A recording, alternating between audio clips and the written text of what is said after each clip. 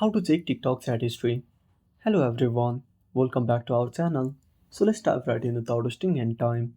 Also make sure to watch this video till the end. First of all, open up TikTok on a device. Now tap on profile at the bottom right corner. Now simply tap on three lines at the top right corner. Then tap on settings and privacy. Now simply tap on account. Now tap on download your data. Now tap on select data to download. Now select custom. Again select messages. Now tap on done. Now tap on request data. Now once your request is processed, you can download from this page. Now from that file you can check your chat history on TikTok. And that's it.